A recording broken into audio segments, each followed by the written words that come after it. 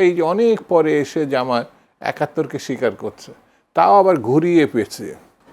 একটু যেতে চাই মুজিবুর রহমান মঞ্জুর কাছে। মুজিবুর রহমান মঞ্জু, এই ঘটনা আমরা ঢাকা ইউনিভার্সিটিতেও দেখেছিলাম যে গত বছর সম্ভবত কীভাবে যুদ্ধাপরাধে অভিযুক্ত বা সংশ্লিষ্টতার অভিযোগে মৃত্যুদণ্ডপ্রাপ্ত তাদের ছবিগুলো টাঙিয়েছিল বা ঢাকা ভার্সিটিতে। তখনও এরকম একটি বাকবিতণ্ডা হয়েছিল, ব্যানার নামিয়ে ফেলা হয়েছিল প্রশাসনের পক্ষ থেকে।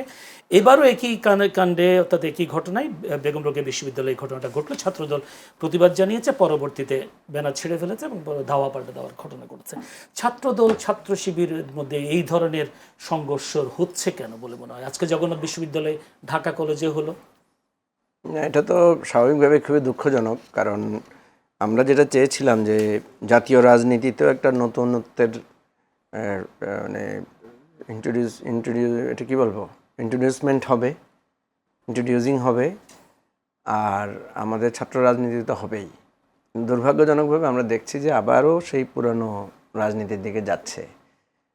একটা জিনিস সবসময় আমরা দেখি যে সরকারি দলে যারা থাকে তাদের ছাত্র সংগঠনের মধ্যে এক ধরনের প্রভাব বিস্তারের, একসময় ক্যাম্পাসে তাদের অবস্থান তৈরি করার একটা মনোভাব থাকে। সিভিক রয়্যাল রিসর্ট, সবুজে ঘেরা আভিজাত্য। তো এটা কিন্তু ৯১ সালে, আপনার মনে থাকার কথা, ৯১ সালে বিএনপি এবং জামাতের মধ্যে কিন্তু একটা হৃদ্যতাপূর্ণ ভাব ছিল। তখন জামাতের মনে হয় ১৮টা আসন ছিল পার্লামেন্টে। বিএনপি যখন নির্বাচনে একক সরকার গঠন করতে পারছিল না, তখন জামাত তাদেরকে সমর্থন দিয়েছিল, নিঃশর্ত সমর্থন দিয়েছিল। তো এইভাবেই সরকারটা শুরু হয়েছিল, কিন্তু কিছুদিনের মধ্যে দেখা গেল ক্যাম্পাস কেন্দ্রিক ছাত্রদল এবং ছাত্র শিবিরের মধ্যে সংঘাত শুরু হয়, এবং এই সংঘাত কিন্তু বিএনপি এবং জামাতের মধ্যে দূরত্ব তৈরি করে, সিরিয়াস লেভেলের দূরত্ব তৈরি করে, এবং প্রচুর প্রাণহানি ঘটে উভয় পক্ষের। তো আমরা তখন ছাত্র, আমরা দেখেছি যে কী ঘটনাগুলো ঘটেছে। তো এই পরিপ্রেক্ষিতে আমরা দেখলাম যে বিএনপি জামাতের এই মানে দূরত্ব এমন পর্যায়ে গেছে যে সেটা পরবর্তী নির্বাচনে এটার ছাপ পড়েছে।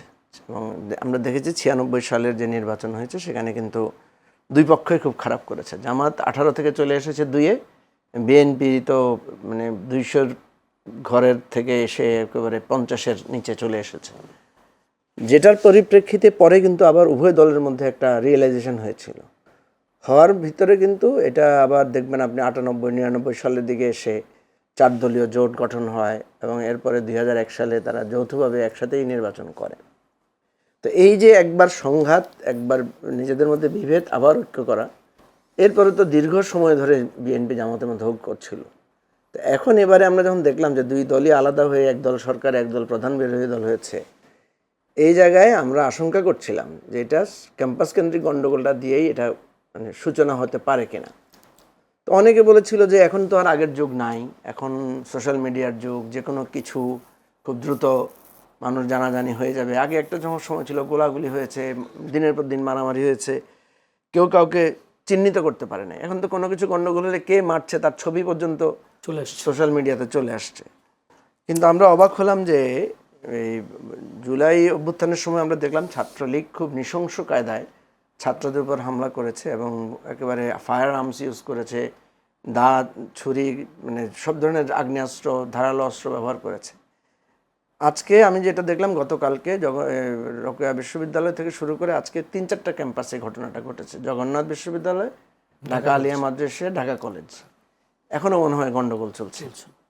তো এখন প্রসঙ্গ হচ্ছে যে এই যে সংঘাত, এই সংঘাতটা থামাবে কে?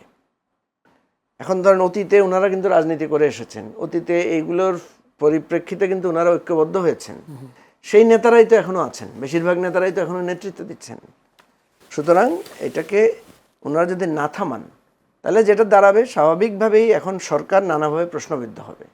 কারণ দেখেন, সরকার কিন্তু প্রত্যেকটা বিশ্ববিদ্যালয়ে সরকারি দলের অনুগত লোকদেরকে ভিসি, প্রভিসি হিসেবে নিয়োগ দেওয়া হয়েছে, এবং পুলিশে যারা কাজ করছেন তারাও এক ধরনের, মানে যদি তারা দেখা যায় এখানে নিরপেক্ষ ভূমিকা না রাখেন, সরকারি দলের পক্ষে ভূমিকা রাখবেন। তো যদি বিষয়টা এমন দাঁড়ায়, যেটা অতীতেও হয়েছে, কে দোষী কে নির্দোষী সেটা তো বিবেচনা করে বের করতে হবে। কিন্তু যে যত দোষী হোক, আপনি একজনের গায়ে তো একজন আঘাত করতে পারেন না। তাহলে এখানে যদি রক্তক্ষরণ ঘটে, এখানে যদি ফৌজদারি অপরাধ হয়, তাহলে তো এক ধরনের অ্যাকশনের ব্যাপার আছে।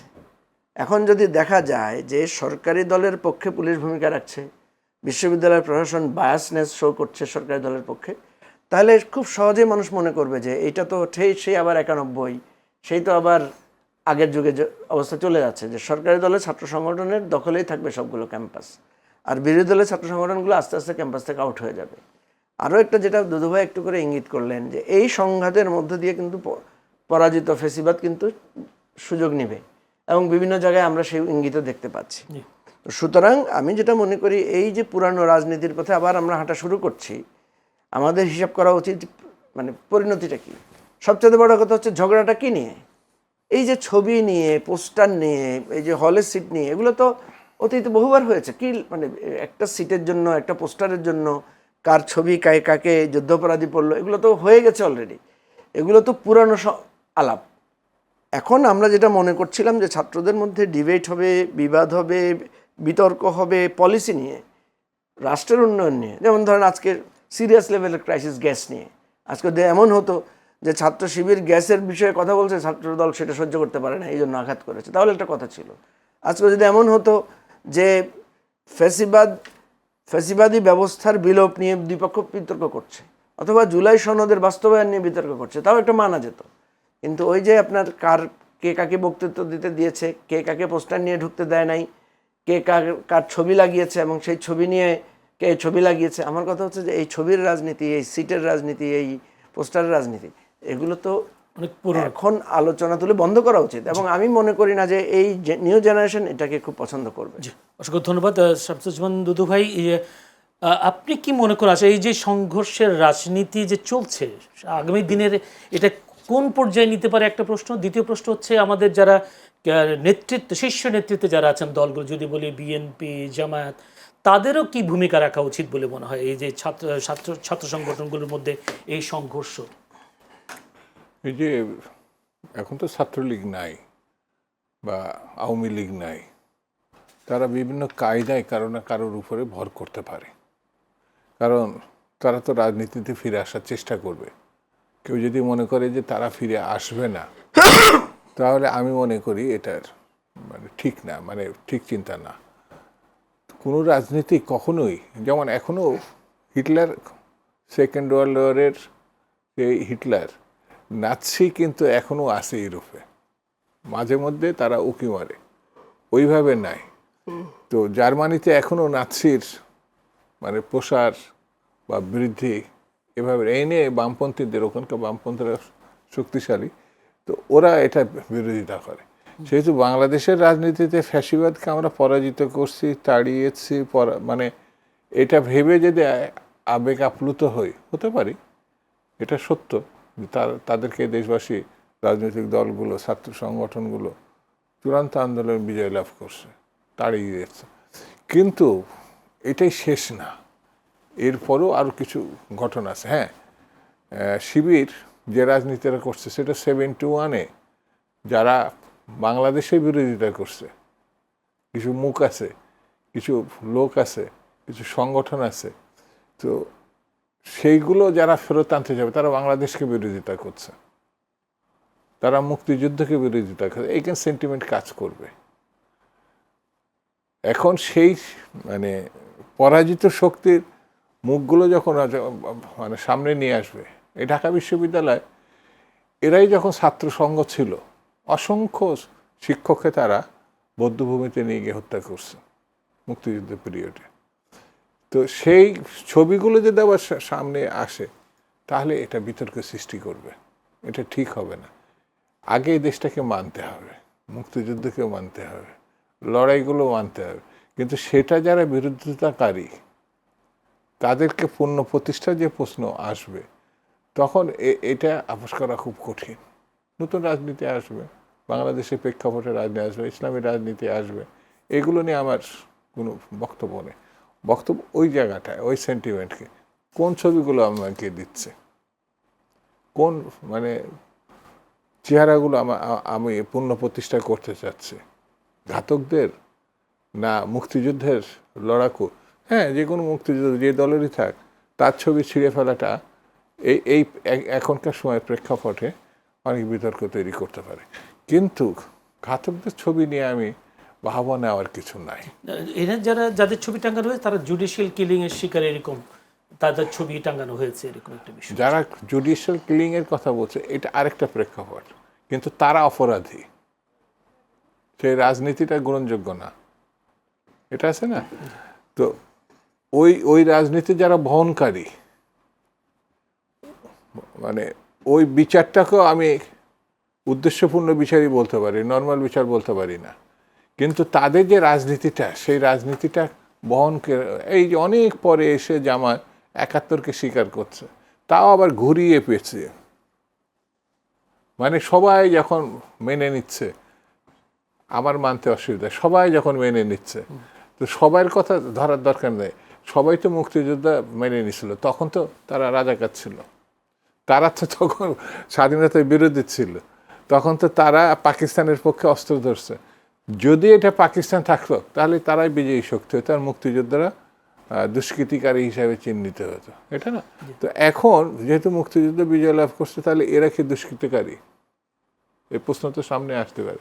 আর আমার কাছে মনে হয়েছে সামনের দিকে এগোনোর মানে মানসিকতাটা রাজনীতি উন্নয়ন, দেশের উন্নয়ন, এগুলো কাজ করবে।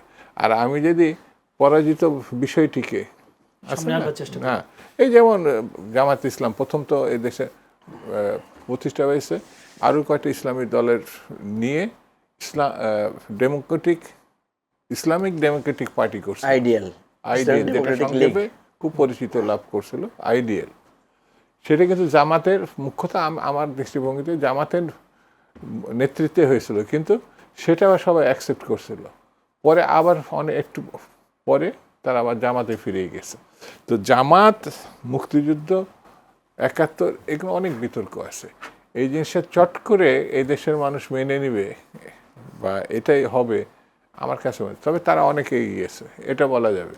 যেটা এই নির্বাচন, সর্বশেষ নির্বাচন, তার আগ পর্যন্ত বিএনপির সঙ্গে যখন একসঙ্গে ইলেকশন করছে, তাদের একটা ১৮, ১৯টা বা 20টা 22টা থাকতো, আর যারা এককভাবে করতো ধরেন 5টার মধ্যে সীমাবদ্ধ থাকতো। সেই বিবেচনায় কিন্তু এবার তারা স্বীকৃত বিরোধী দল, জনগণের ভোটে নির্বাচিত হয়ে কিন্তু ভোট, যদি গণতন্ত্র আপনি মানেন, তাহলে আবার এই বিরোধী দলকে, এই সংগঠনকে আপনাকে মানতে হবে। এই নিয়ে আবার বিতর্ক করলে মানে গণতন্ত্র হোঁচট খাবে, এটা আমার। আর আওয়ামী লীগ এই পরিস্থিতি যেটা তৈরি হয়েছে নতুন, খারাপ না ভালো সেটা পরের, কিন্তু সে তার অবস্থানটাকে ধ্বংস করছে সে নিজে হাতে, গণতন্ত্র ধ্বংস করছিল, সেইটা পুনর্জীবন ঘটছে। সেই জন্য এই সময় এই রাজনীতিটাকে ছাত্র এবং তরুণদের অবদান ছিল, কিন্তু তারা যদি সব কিছুতে একটা আবেগপ্রবণ বেশি হয়ে যায়, তাহলে পরে ফলাফলটা কোথায় গিয়ে দাঁড়াবে এটা আবার তাদের ভাবতে হবে। সিভিক রয়্যাল রিসর্ট, কিনুন আভিজাত্য, নিশ্চিত করুন ভবিষ্যৎ।